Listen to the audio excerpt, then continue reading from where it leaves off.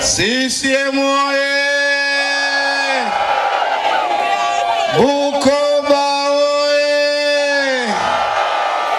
Kashai oye! Dr. Samia Suluhu Hassan oye!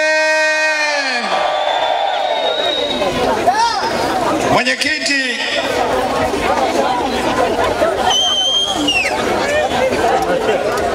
wa chama chetu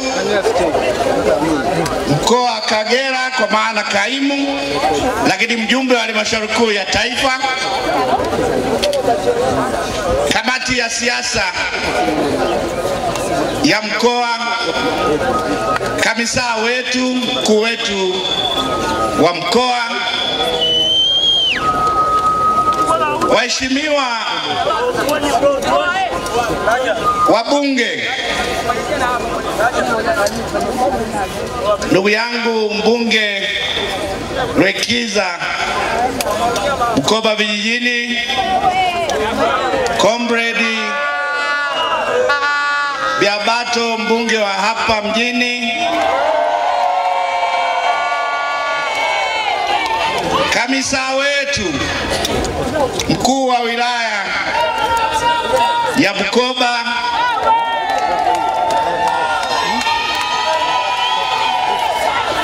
kaimu katibu wa CCM wa mkoa,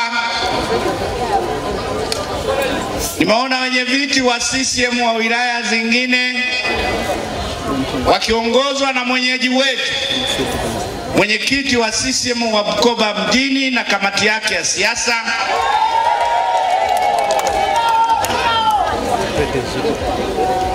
viongozi wa baraza la wazee mkoa wa Kagera, viongozi wa dini mlioko hapa, viongozi machifu,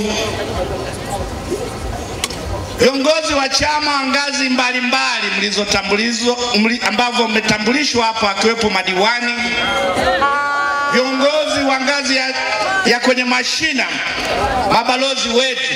Mabalozi mpo? Nyosheni mikono. Mabalozi mpo? Shikamoni mabalozi. Shikamoni mabalozi. Viongozi wa matawi, kata, makada wa Chama cha Mapinduzi ambao wiki mbili zilizopita walikuwa viongozi waandamizi wa Chadema. Mwenyekiti aliyekuwa mwenyekiti wa Chadema mkoa wa Mwanza, katibu mwenezi wa Chadema kanda ya Victoria, wote hawa walirudi tarehe 2 nilipofanya mkutano Mwanza na wanachama 170. CCM oye! Niwashukuru, leo ndo mara yao ya kwanza kuongea hadharani, mara yao ya kwanza kuvaa t-shirt za CCM na kepu za CCM. Si wamependeza? Kilichonistua, hawa bwana inaonekana walikuwa wanafanya mazoezi wako kule ndani. Alijuaje ile kauli, tunazima zote, tunawasha?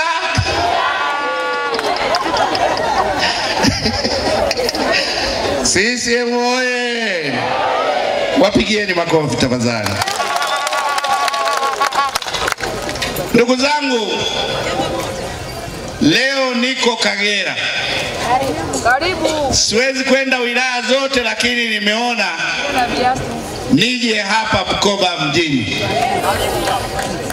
nije niongee nanyi, na mawasiliano yamerahisishwa. Tunasikika wilaya zote, nchi nzima, kanda hii yote. Kwa hiyo tunahutubia taifa kutokea Kashai leo. CCM oye! niwapongeze kwa mkutano mzuri.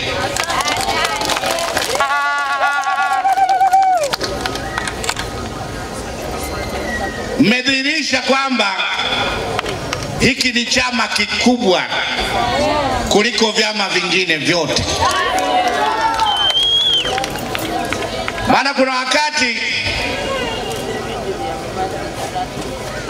kama walivyosema hapa, wageni wanakuwa wengi kuliko wahudhuriaji. Yaani wao waliotoka makao makuu wanakuwa wengi kuliko wale unaowahutubia. Kwa hiyo ipigieni makofi kwa mahudhurio mazuri. Lakini unaweza kuwa na mkutano mzuri mkubwa ukakosa hamasa. Niseme nisiseme, hakika nyie mna hamasa. Hongereni sana.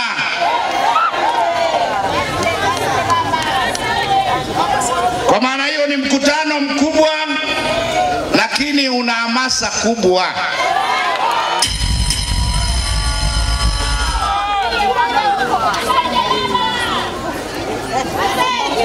Sekretarieti ya Chama cha Mapinduzi chini ya uongozi wa Dr. Emmanuel Nchimbi tumeshafanya mikutano katika mikoa 20, na baada ya hapo na mimi nikaongeza mikoa 4.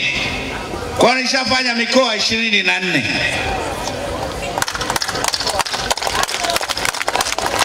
Narudi Kagera kwa mara ya pili, tulipita na katibu mkuu. Lakini naondoka nikiamini Kagera ni ngome ya Chama cha Mapinduzi. CCM oye! Sioni mahali popote kwa hamasa hii hapa mjini na vijijini mliokuja, kama tunaweza tukapoteza kata au jimbo. Hamna. CCM oye! Kwa hiyo naondoka nikitembea kifua mbele kwamba mkoa wa Kagera uko salama. Ndugu zangu, nimekuja mwezi wa 8 na 9 tulipopita, tuliwahamasisha mjiandikishe katika daftari la wapiga kura, lakini tukawaambia juu ya uchaguzi wa serikali za mitaa. Nimerudi hapa kwa heshima kubwa kwa niaba ya Chama cha Mapinduzi kuwashukuru wana Kagera kwa kukiamini Chama cha Mapinduzi na kutupa ushindi wa kishindo. CCM oye! Mkoa wa Kagera ni miongoni mwa mikoa iliyofanya vizuri sana katika uchaguzi wa serikali za mitaa na vijiji.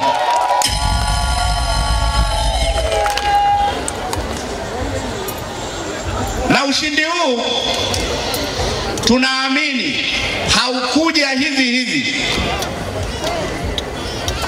Ni wananchi kuwa na imani na Chama cha Mapinduzi. Na imani hii haiji hivi hivi. Tunaamini ni kwamba wananchi wameona kazi nzuri zilizofanywa na serikali ya Chama cha Mapinduzi. Kazi hizo zinaonekana. Mbunge wa mjini ameeleza mambo mengi, miradi mingi. Mbunge wa vijijini ameeleza mambo mengi. Ungemsimamisha diwani yeyote angesema, mwenyekiti wa kijiji angesema.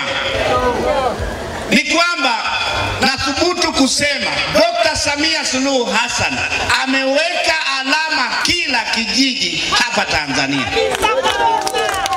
Inawezekana ikawa darasa, inawezekana ikawa mradi wa maji, inawezekana ikawa zahanati, inawezekana ikawa kituo cha afya.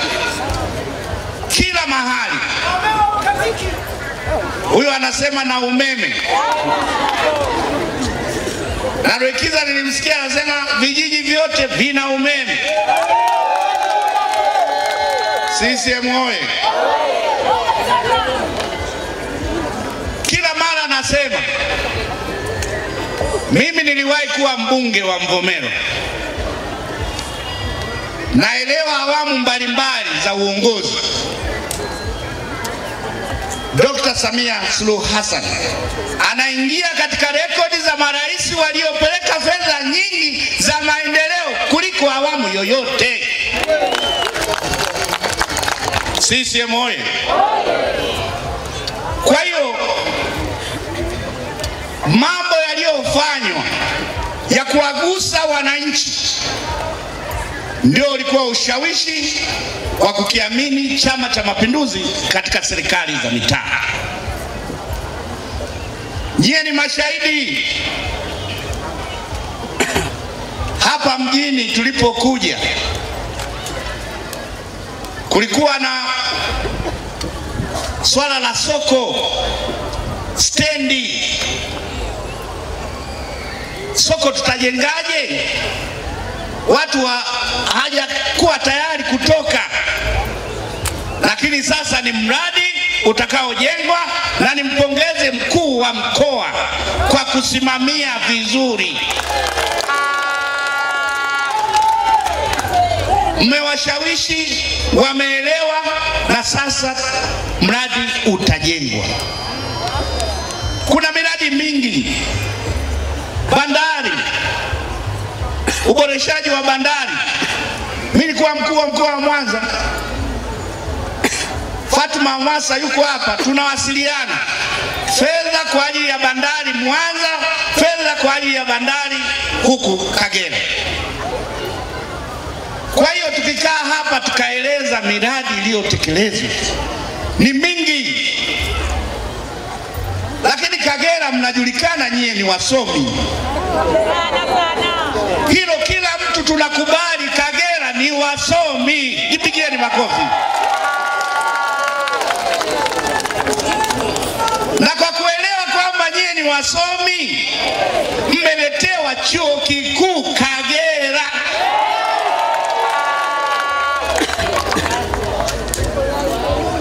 Alafu anakuja mtu, yani nyie pamoja na usomi anawaambia mambo ya uongo.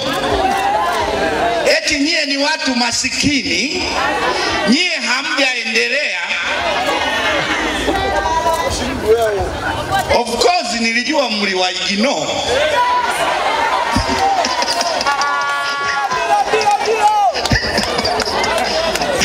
Kagera oye! Wanakuja hapa hawaeleweki, wanakuja kuambia mambo ya uongo, na mimi nilijua Kagera hawadanganyiki. Hawadanganyiki. Mchana nilikutana na mwenyekiti wa baraza la wazee. Yeye katika mambo yote akanambia peleka salamu kwa Dr. Samia kwa kutujengea chuo kikuu katika mkoa wetu. Haya mambo hayaangaliwi kwa tochi, yanaonekana. Uongo kweli? Alafu mtu anakuja kuwadanganya hapa.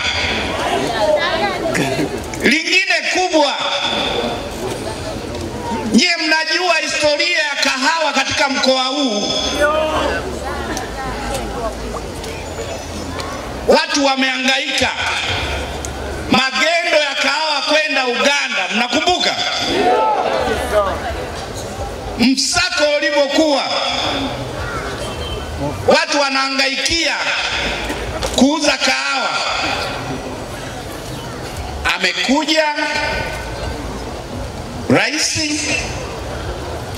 mama yetu kwa busara zake na uzalendo wake ametutoa kwenye bei ya 1,000 mpaka 6,000, 6,500. Piga makofi kwa Dr. Samia Suluhu Hassan. Kwa hiyo watu wakaja hapa hawajui hata mti wa mkahawa unafananaje. Hawajui, hawajawahi kuona hata shamba la mkahawa koje.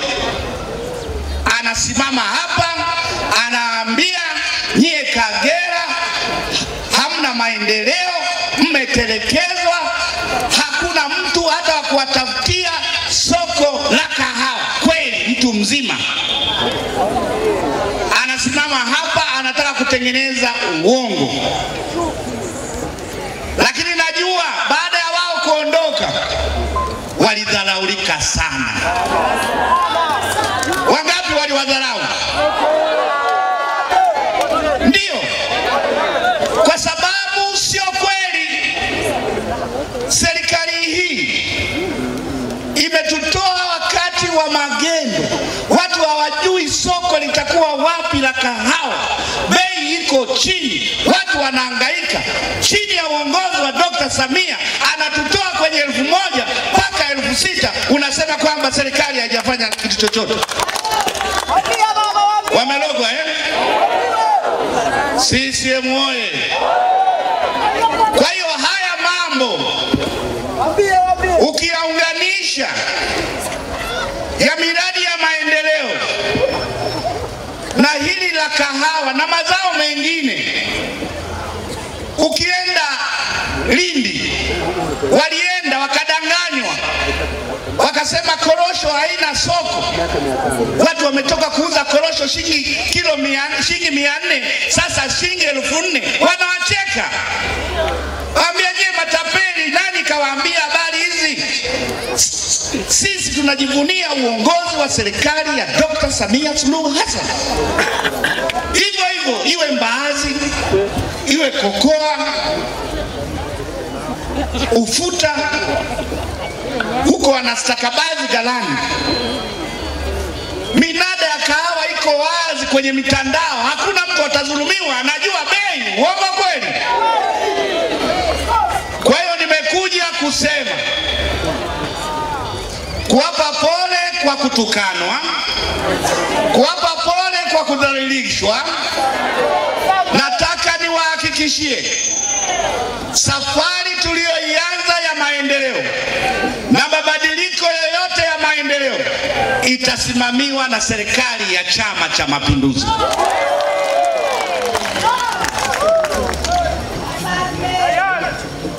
Wanaambia nyie maskini. Anakuja anasema, mwingine anasema bodaboda ni kazi ya laana. Hakusema yani bodaboda ni kazi ya laana. Wamekuja wanasema nyie maskini, lakini baada ya mkutano wanavua kofia zao wanasema changieni tone tone kuimarisha.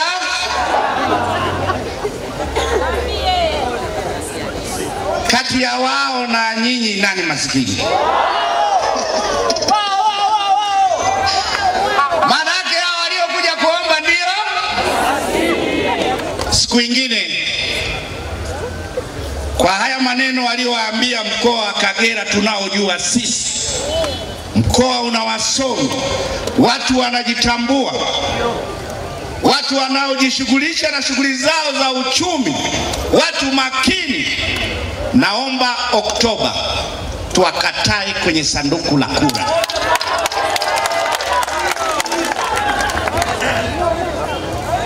Na nyie bodaboda,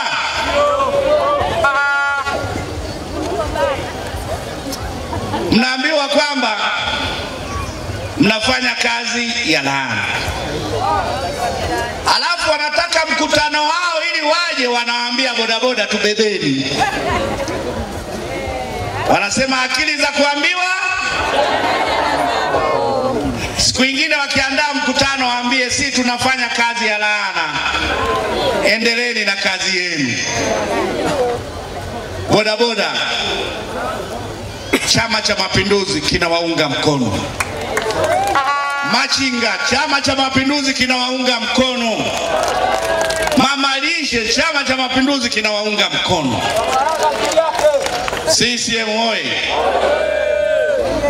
Ndio maana wakuu wa mikoa hawa na wakuu wa wilaya, wakurugenzi, rais amewaonyesha anawasaidia wa machinga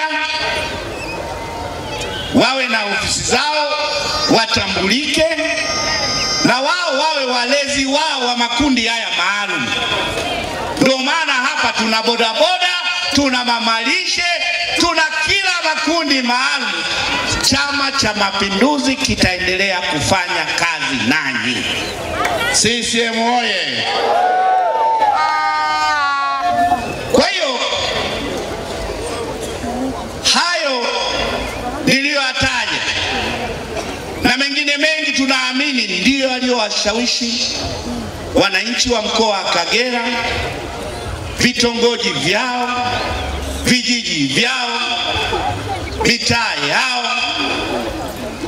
Viongozi waliochaguliwa ni wagombea waliokuwa wa Chama cha Mapinduzi.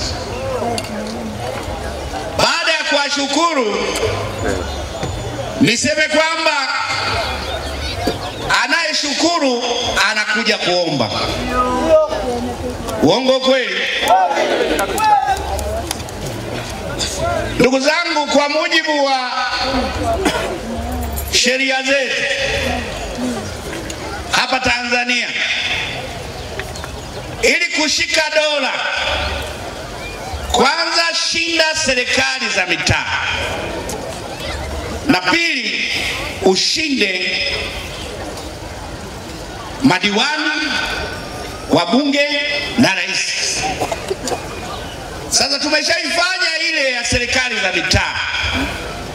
Nimewashukuru na nimekuja kuwaomba kwamba tunaelekea katika uchaguzi mkuu Oktoba, kuchagua madiwani, wabunge, wawakilishi na rais. Maandalizi yake yanaendelea. Kama mlivyosikia, kumekuwa na maboresho ya uandikishaji wa wapiga kura,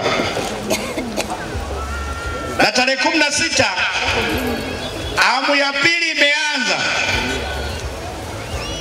kwa ajili ya mikoa 11 Tanzania bara na mikoa 5 Zanzibar.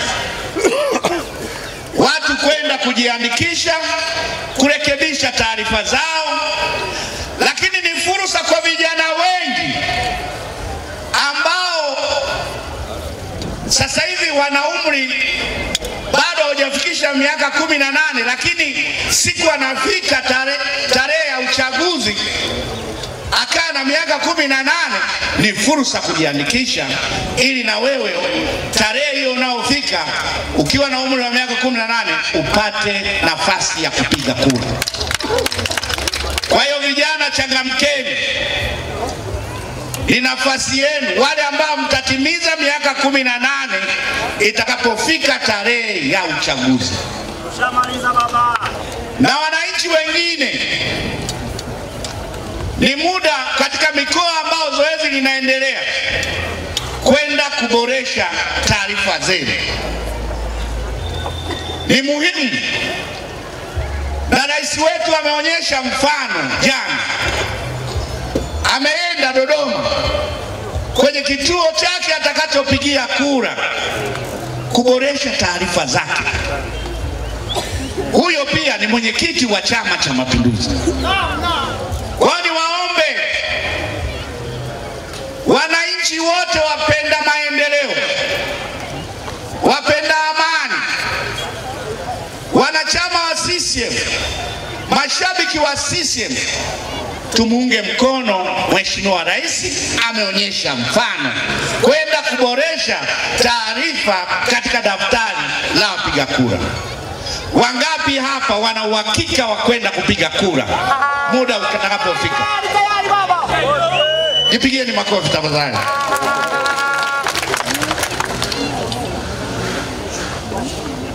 Uandikishaji ni muhimu, ni sehemu muhimu ya maandalizi kuelekea katika uchaguzi. Unatangazwa mshindi kwa kushinda kwa wingi wa kura. Tukijiandikisha wengi, tuna hakika wa kushinda kwa kishindo. Na Chama cha Mapinduzi tunamtaji. Chama hiki kina wanachama milioni 11. Chama chetu ni ndio chama kikubwa Tanzania na ndio chama kikubwa Afrika. Kwa hiyo wana CCM milioni 11, tukakubaliana kila mtu aje na watu watatu awashawishi kuja kupiga kura. Hata kama sio wana CCM, ni wapenda maendeleo, ni wapenda amani na utulivu, wanapenda kuona nchi yetu inasonga mbele. Milioni 11 mara 3 unapata 33 milioni. Idadi ya wapiga kura milioni 45. Tayari ushindi wa kishindo. CCM oye! Kwa hiyo itakapofika huku, nimekuja kuwaambia uandikishaji na uboreshaji ni maandalizi muhimu sana kuelekea katika uchaguzi. Kwa hiyo niwaombe hilo mlipokee na kuliwekea mkakati kwamba ushindi ni wingi wa kura.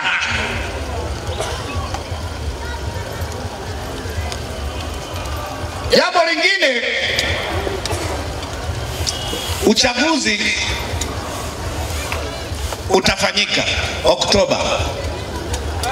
Maandalizi yanaendelea. Mimi kama msemaji wa Chama cha Mapinduzi nasimama mbele yenu kuhakikishia CCM iko tayari kwa uchaguzi. Na bahati nzuri kuna vyama 17 vimesaini kanuni na maadili ya kushiriki uchaguzi. Kwa jumla ya vyama 18 tutashiriki navyo uchaguzi, kasoro chama kimoja. Na chama hiki sio kingine, ni Chadema. Na hawa wamekuja na vikorombwezo, visingizio vidogo vidogo. Sababu zao hazina mashiko hata kidogo, ni visingizio. Kimsingi mimi nasema hao Chadema wamechoka,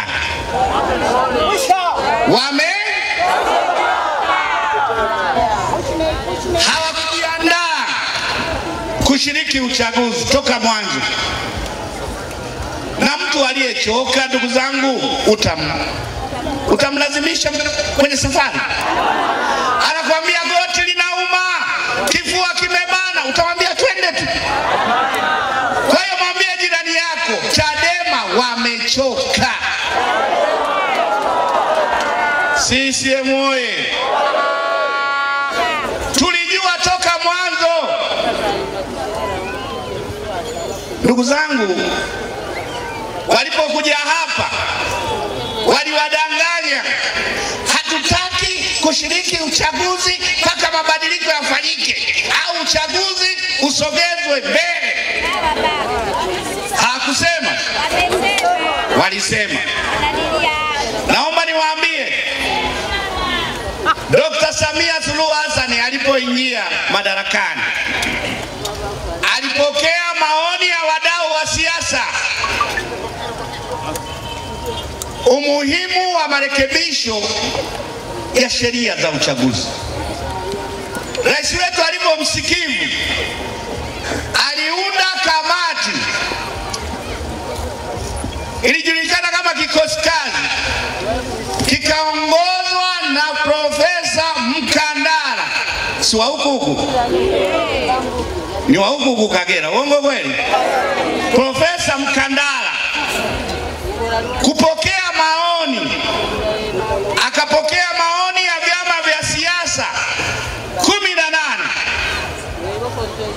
akapokea maoni ya asasi za kiraia, akapokea maoni ya viongozi wa dini. Ila katika vyama vya siasa kama kawaida, kwa sababu hawa hawalishapanga kwamba wamechoka uchaguzi, wakakataa kwenda kutoa maoni. Kwa wameanzia mbali, wakasema sisi ni wakubwa, hatutaki kutoa maoni. Vyama vikatoa maoni, kamati ikakamilisha kazi, ikapeleka bungeni. Akina Rwekiza wanajua na mbunge wenu wanajua hapa kwamba alipopeleka bungeni, kamati ya sheria chini ya uongozi wa mbunge wa Madaba anaitwa Kizito Mwagama, wakaanza kuchakata ile miswada iliyopelekwa baada ya Mheshimiwa Rais kupokea na kuelekeza kwamba tupeleke mswada bungeni. Kamati ile ikatoa fursa ya wadau tena kutoa maoni, wakapokea maoni ya watu 1702. Baada ya hapo Chadema wakasikia mswada unaenda bungeni, kamati inasikiliza wadau, wakachomoka huku, walikataa kutoa maoni, wakakimbilia Dodoma wakatoa maoni. Bunge likakaa likajadili, tukapata sheria 2, na hayo mnisikilize, ndo mabadiliko makubwa ya sheria katika uchaguzi. Sheria ya kuanzishwa kwa tume huru ya uchaguzi. Zamani tulikuwa na tume ya taifa ya uchaguzi. Tulionao sasa baada ya bunge kupitisha hiyo sheria, tuna tume huru ya taifa ya uchaguzi. Sheria hiyo inaeleza namna ya kuwapata wajumbe hao. Zamani rais alikuwa anawateua moja kwa moja. Sasa hivi wataomba, kama wanaomba kazi watasaidiwa, na baada ya hapo wenye sifa watateuliwa. Lakini sheria hiyo inaeleza namna ya kumtoa mjumbe ambaye tayari alishakwisha kuteuliwa. Process yake ni ndefu. Kwa hiyo sheria ya kuwepo kwa tume huru ya uchaguzi ni mabadiliko. Sheria ya pili ni sheria ya uchaguzi wa madiwani, wa bunge, wawakilishi na rais. Katika sheria hiyo mambo yafuatayo yamerekebishwa. Moja, zamani kulikuwa na kupita bila kupingwa. Kwa sheria hii hakuna kupita bila kupingwa. Utabidi ukapigiwe kura za ndio na hapana. Na kazi hiyo imeanza, sheria hiyo imeanza kufanya kazi kwenye uchaguzi wa serikali za mitaa. Ya pili, zamani uchaguzi ulikuwa unasimamiwa na wakurugenzi. Sheria hii inatamka uchaguzi utasimamiwa na maafisa waandamizi wa umma. Anakuja mtu hapa, hatuendi kwenye uchaguzi mpaka marekebisho yafanywe. Mmeyasikia marekebisho yenyewe? Kwa hiyo hawaelezi haya kwamba kuna mabadiliko. Atakuja hapa yule mtani wangu asema tumechoka watu kuenguliwa. Nani kakwambia utaenguliwa? Tumechoka wakurugenzi kusimamia uchaguzi. Nani kakwambia wakurugenzi watasimamia uchaguzi? Kwa hiyo ndugu zangu, mabadiliko yamefanywa ni mengi. Nasimama hapa kusema mabadiliko yaliyofanywa ni mengi, yanatosha, na uchaguzi inabidi ufanyike. CCM oye! Alafu wanasimamia jambo ambalo wao wenyewe tu kwa nafsi zao wanajisuta. Moja, wanasema no reform no election. Hizo reformu za kwao tu ndani ya Chadema hawajafanya. Wakati wanaingia walisema tutaweka ukomo wa uongozi, hawajaweka mpaka leo. Tutaweka ukomo wa viti maalum, hawajaweka mpaka leo. CCM imeshafanya. CCM oye! Kwa hiyo wanaongea vitu ambavyo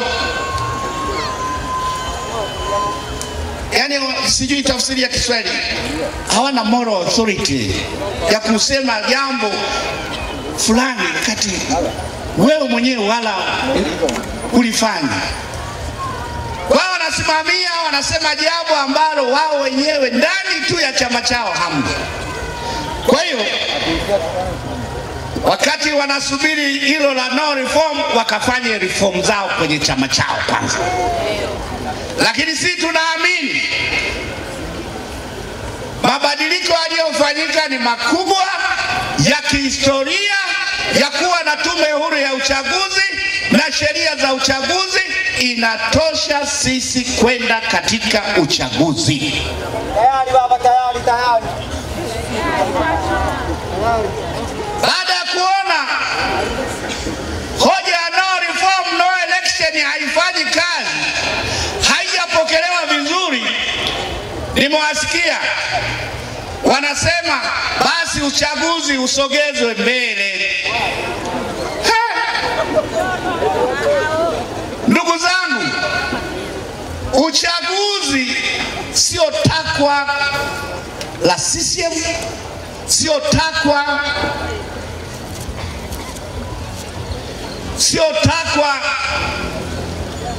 la vyama vya siasa. Uchaguzi ni takwa la kikatiba.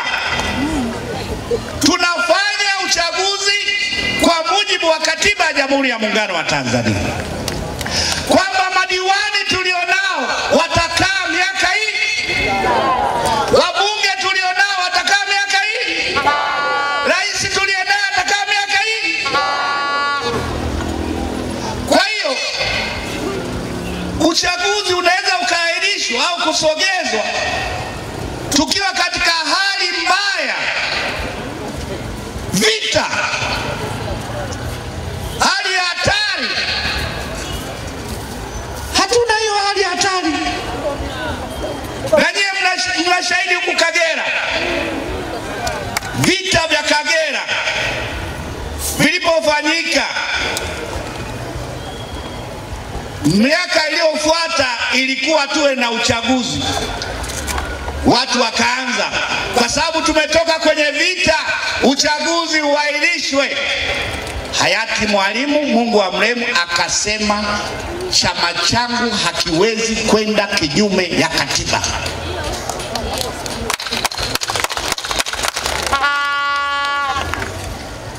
Kwa hiyo hatuna sababu ya kusogezwa mbele uchaguzi. Mimi nawaambia huko aliko, kwa kuwa mmeamua kupumzika, tumewaelewa, pumzikeni, hatusogezi mbele. Vyama 18 tuko tayari kwa uchaguzi.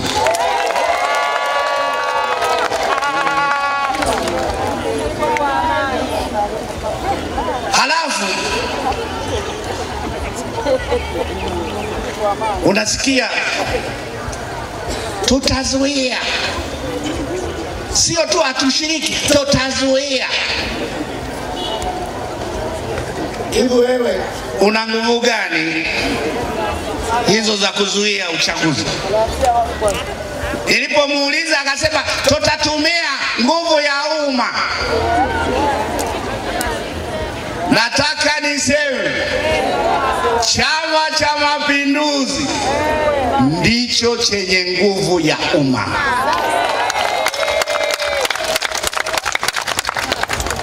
Na ndio maana tumeendelea kuaminiwa, kila chaguzi tunashinda kwa sababu wananchi wana imani na Chama cha Mapinduzi. Na CCM haijiweki madarakani, CCM inawekwa madarakani kupitia sanduku la kura. CCM oye!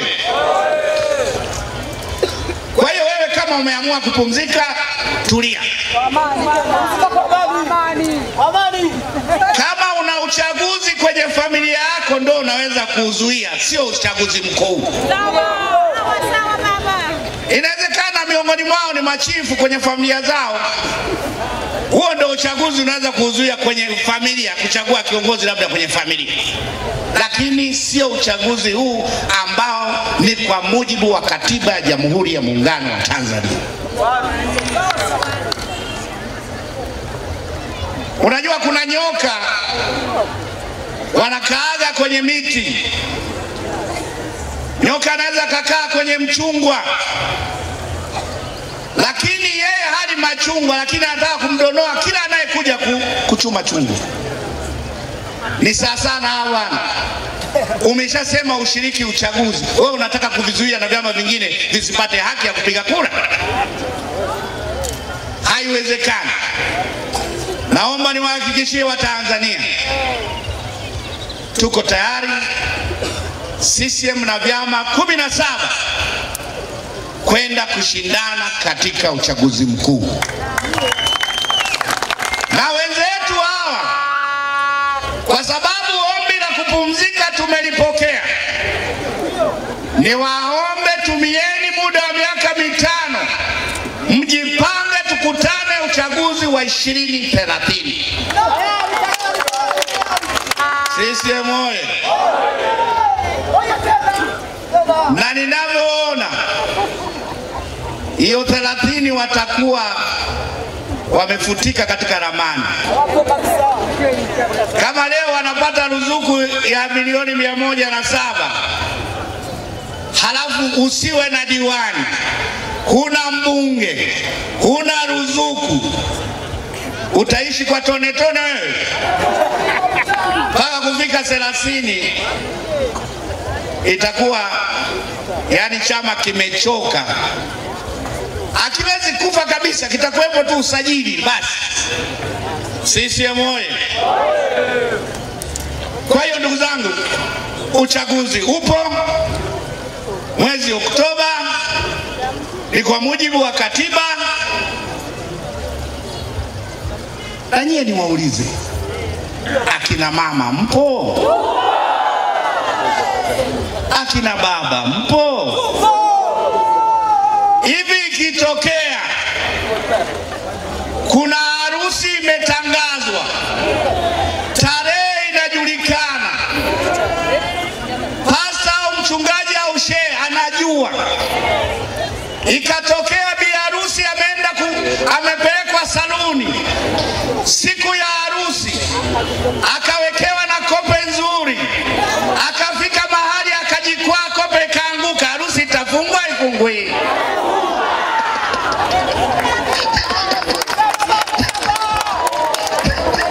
CCM oye!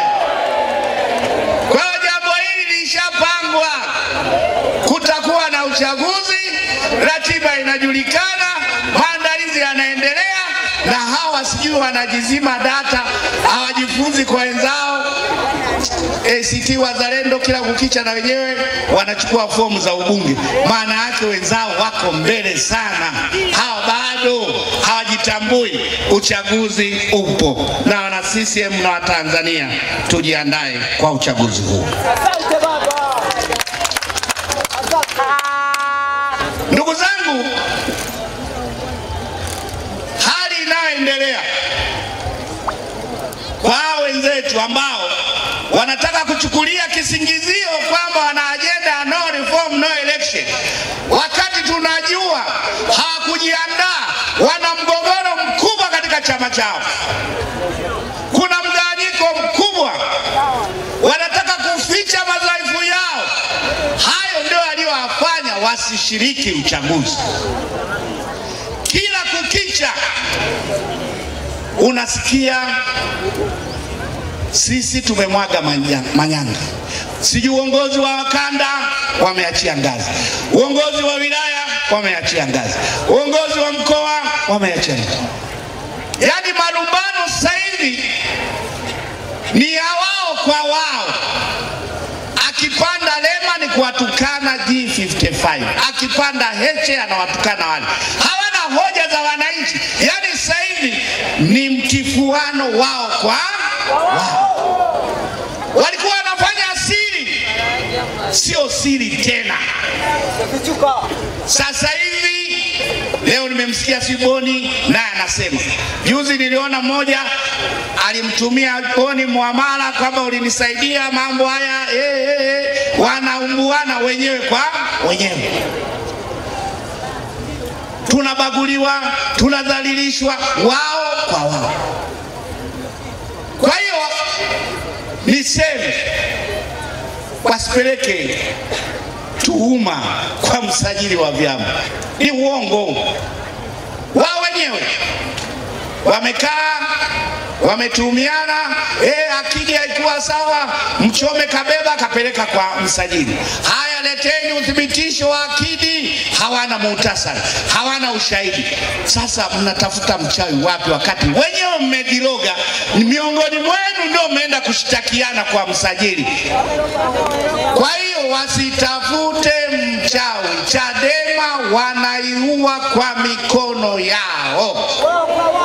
CCM oye!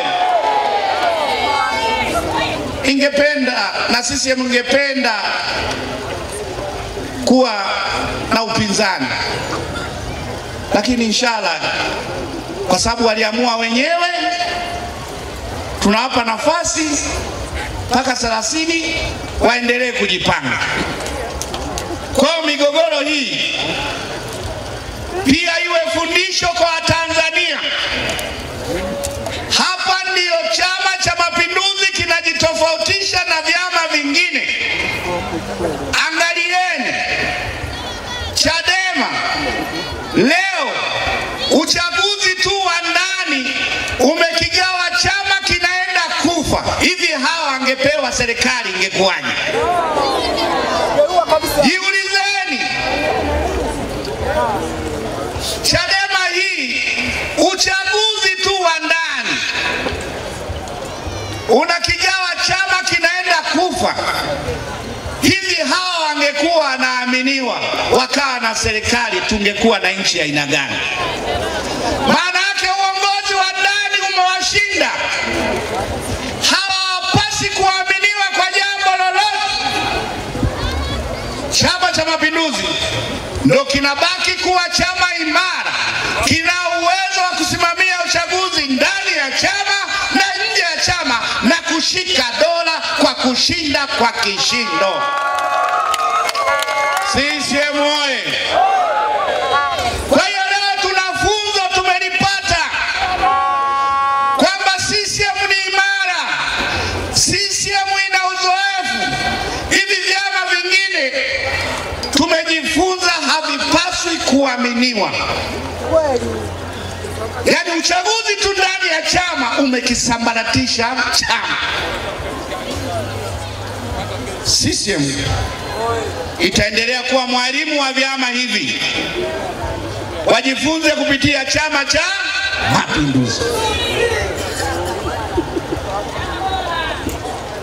wamechanganyikiwa. Yaani ni kama mtu ambaye anashabikia timu ambayo haipati matokeo, ukimshika bega anasema acha kichwa changu.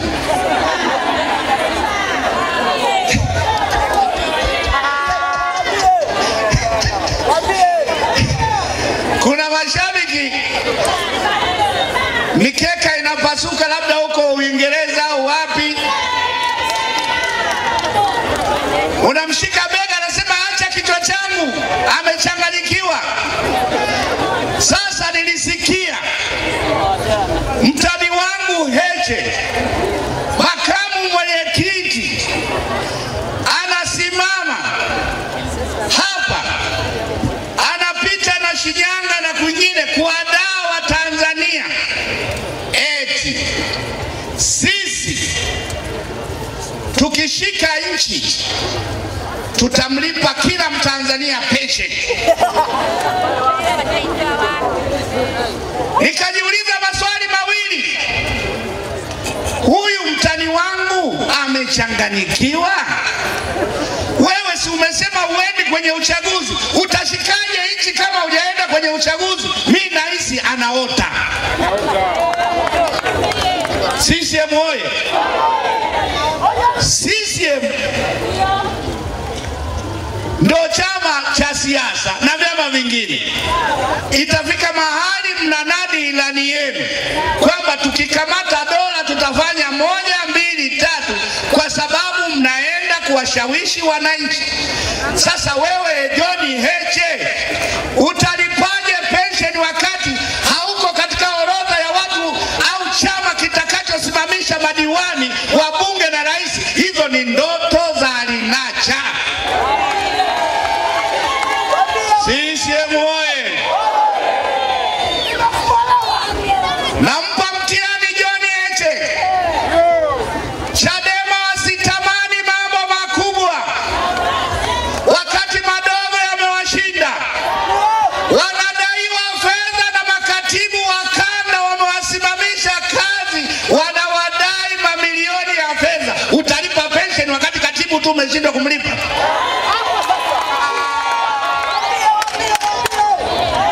Narudia, asitamani mambo makubwa wakati madogo wamewashinda ya kuwalipa. Makatibu wa kanda tu wanawadai fedha, utalipa pensheni wewe? Ndugu zangu wa Tanzania, tuna maajabu si 7 si mangapi. Hili nalo ni ajabu lingine alilolileta John Heche, kwamba kila Mtanzania bodaboda atalipwa pensheni. Nani atalipwa pensheni? Makatibu wa kanda 8 tu wamekushinda. Watu 8 wamekushinda kulipa, wewe ulipe pensheni? CCM oye! Kwa hiyo tuamke wa Tanzania, mwaka huu tutasikia vituko vingi. Huo ni utapeli wa kisiasa. Huo ni utapeli. Kwa hiyo sisi kama Chama cha Mapinduzi tunawaahidi kuanzia sasa kuelekea katika uchaguzi, tunawaahidi mambo yafuatayo. Jana niliongea na vyombo vya habari kuwaeleza Watanzania kwamba tarehe 29 na tarehe 30 mwezi huu tutakuwa na mkutano mkuu maalum wa CCM, na moja ya ajenda ni kuzindua ilani ya uchaguzi ya Chama cha Mapinduzi. Kwa hiyo ahadi yetu ya kwanza, kutokana na mafanikio tuliyoyapata ya utekelezaji mzuri wa ilani, miradi mbalimbali imetekelezwa katika mkoa wetu wa Kagera, katika majimbo yetu, katika kata zetu, katika vijiji vyetu, huduma mbalimbali za kijamii. Tunawaahidi Chama cha Mapinduzi tutawaletea katika uchaguzi mkuu huu ilani nzuri kuliko ilani yoyote, ilani itakayotoa matumaini kwa Tanzania, ilani ambayo kwanza tumefanya tathmini ya utekelezaji wa ilani, tumebaini kipi hakikukamilika, kuna changamoto gani, tumehusisha kupata maoni ya asasi za kiraia, watu mbalimbali. Kwa hiyo ilani itakayokuja kimsingi ni ilani ya wananchi wa Tanzania, inaenda kushughulikia mambo ya wananchi wa Tanzania, sio wananchi ya mama kamati ya wazee wa mkoa wa Kagera. Mama yule pale ni mwananchi lialia. Wananchi mpo? Wananchi wa mama mpo? Ubaya Ubwela mpo?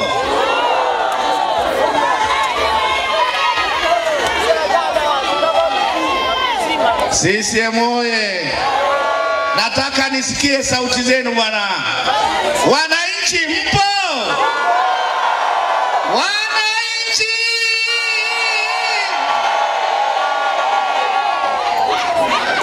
Simba mpo? Simba oye! Ubaya Ubwela ya Moroko yamepita, kwa Mkapa atoke mtu.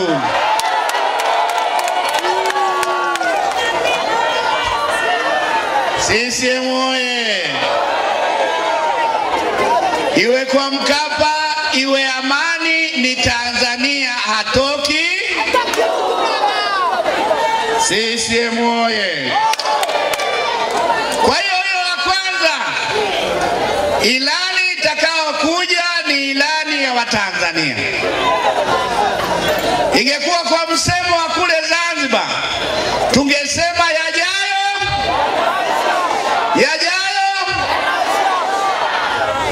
Ahadi ya pili, mbali ya ilani, tunawaahidi Chama cha Mapinduzi katika uchaguzi mkuu kitawaletea wagombea safi wanaokubalika. Wagombea safi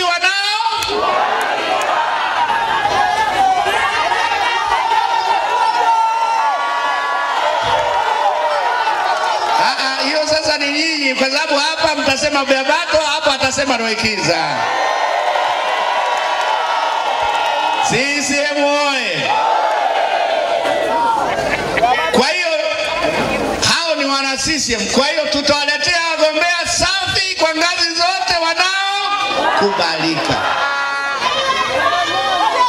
Kwa hiyo madiwani, wabunge, rais tayari Dr. Samia Suluhu Hassan mgombea, Dr. Nchimbi mgombea mwenza, na Dr. Hussein Mwinyi kwa upande wa Zanzibar. Na katika hili chama chetu kimeweka marekebisho kwa makusudi, ilikuwa na mchakato mzuri wa kuwachuja na kupata wagombea wazuri. Kwa hiyo hiyo ni ahadi yetu ya pili. Ahadi ya tatu, kutokana na marekebisho makubwa yaliyofanywa katika sheria za uchaguzi, katika tume ya uchaguzi, tunaamini uchaguzi huu utakuwa huru na haki, na atakayeshinda kwa haki atangazwe mshindi. CCM oye! Kwa hiyo tume imefanyiwa marekebisho makubwa.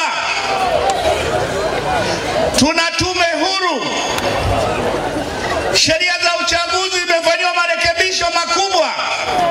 Hakuna kupita bila kupingwa.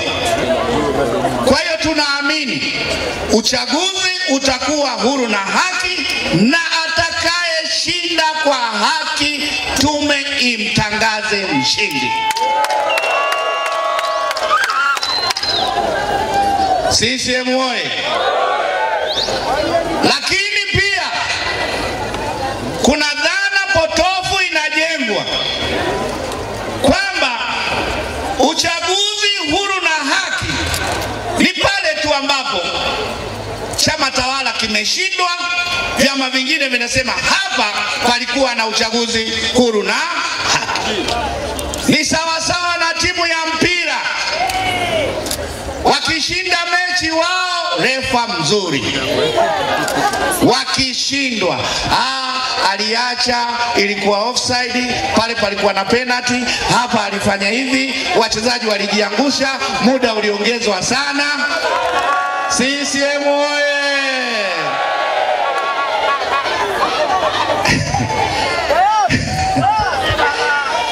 Kwa hiyo demokrasia ya kweli tuikubali kwamba ni demokrasia ya kweli hata chama tawala kinaposhinda kwa kishindo.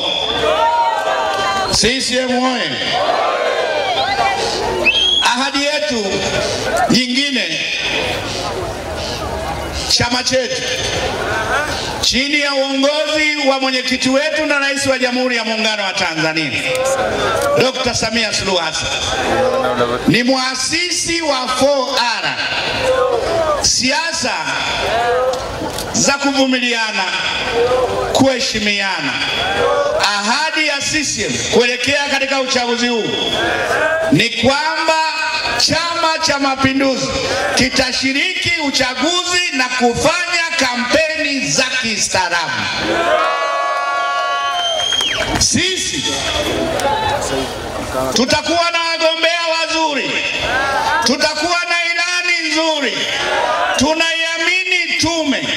Kuna mambo mengi tuliyofanya, hatuna muda wa kukejeli watu, hatuna muda wa kudhalaulisha watu.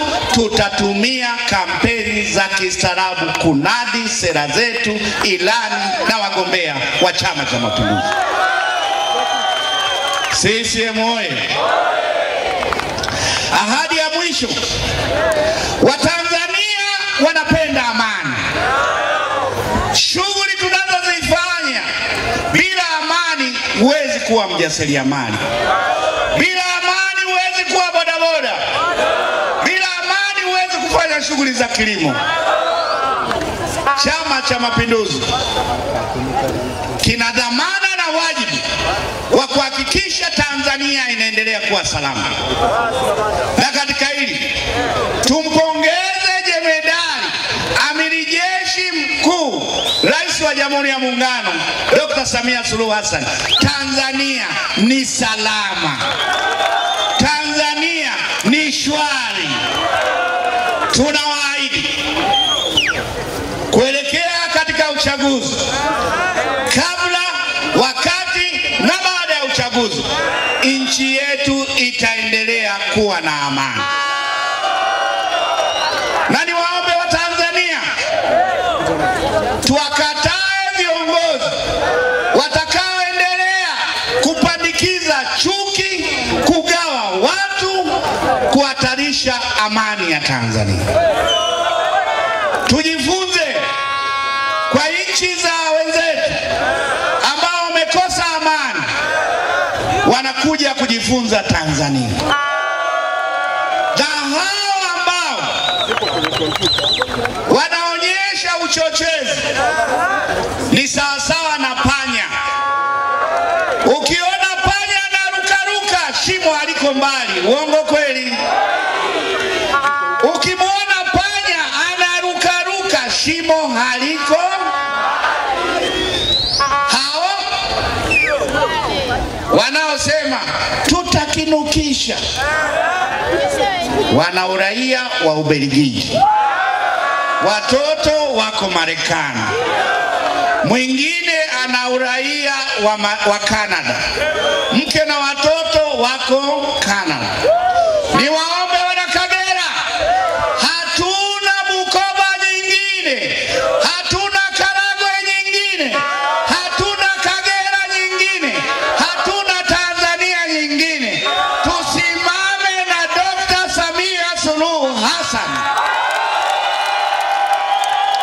CCM oye!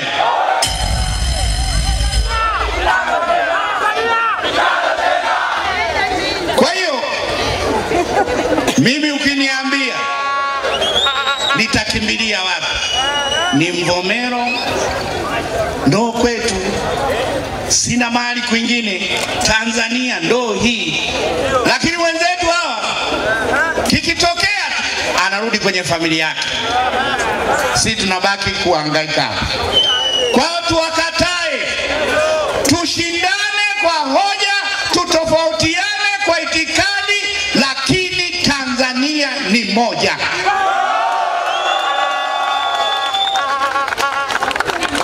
CCM oye! Kwa hiyo ndugu zangu, mimi sikuwahi kuwaelewa hoja walioanzisha. Yule mtani wangu aisema tutakinukisha, na Heche naye ni mtani wangu asema tutakinukisha. Kumbe walikuwa wanamaanisha watakinukisha ndani ya Chadema, na wamefanikiwa, wamesambaratika. Sikujua, na nyie mliorudi CCM hamkujua. Wenzenu walikuwa na maanisha kwamba ile wameingia wakasema tutakinukisha. Hamkuwaelewa wenzenu, wamekinukisha na Chadema imesambaratika. CCM oye!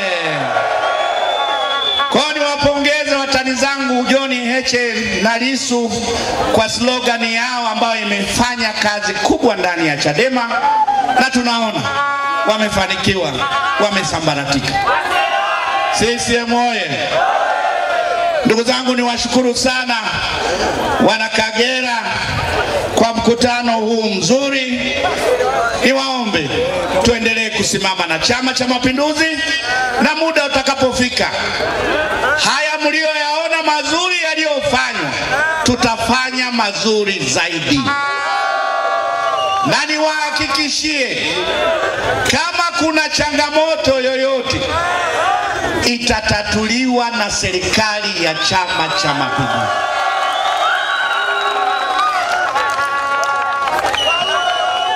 Mdeki ameeleza hapa habari ya barabara, amepongeza, amenikabidhi changamoto ya wakandarasi, na mimi baada ya mkutano huu nitamtaka waziri wa ujenzi Comrade Ulega atakuja hapa katika mkoa huu. Nilipita zile barabara za Karagwe kwenda Kyerwa kwenda Ngara, aje asimamie wakandarasi wale wapate malipo na ujenzi uendelee kwa kasi.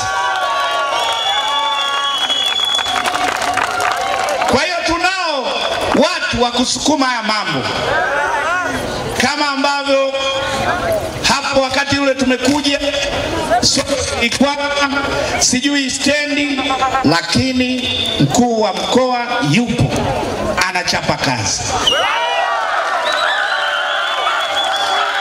Fatuma Mwasa kila akipelekwa mkoa lazima afanye mabadiliko makubwa.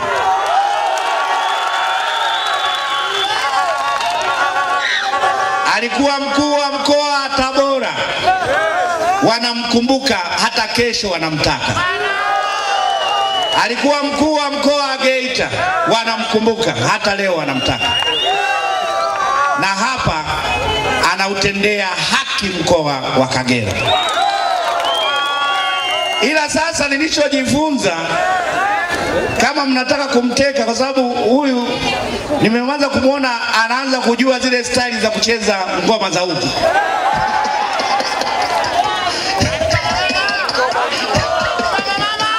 Fatuma oye! Anasaidiwa kazi na mkuu wa wilaya Comrade hapa. Huyu nilikuwa nayo mmoja wa vijana, akaa katibu mkuu wa wazazi. Kwa mnao wakuu wa wilaya wazuri, mnaye mkuu wa mkoa mzuri, mnao wakurugenzi wazuri. Hawa wote wanamsaidia kazi Rais Samia Suluhu Hassan. Tuendelee kuwapa ushirikiano katika maeneo hayo. Kwa hiyo ni waahidi, wao ndo wasaidizi. Hizo changamoto zilizoelezwa tutashirikiana nao kuwahusisha, kuhakikisha kwamba wakandarasi wanaendelea na kazi, wakandarasi wazao wanalipwa madeni yao. Tutaongea na waziri wa fedha, waziri wa ujenzi, mambo haya yaishi. Wenzetu wale hawana msaada wote, hawana ilani, hawana budget, hawana wajibu, hawana dhamana. Kila kitu ni kwa Chama cha Mapinduzi. Kwa hiyo msije mkapotoshwa.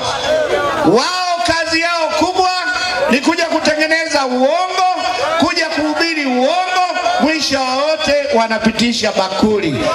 Changia tone kwa tone kuimarisha chama. Hamna chochote, chama chenyewe kinaenda kusambaratika. Usitumie hela yako kupoteza huko. CCM oye! Niwashukuru sana na Mungu awabariki sana.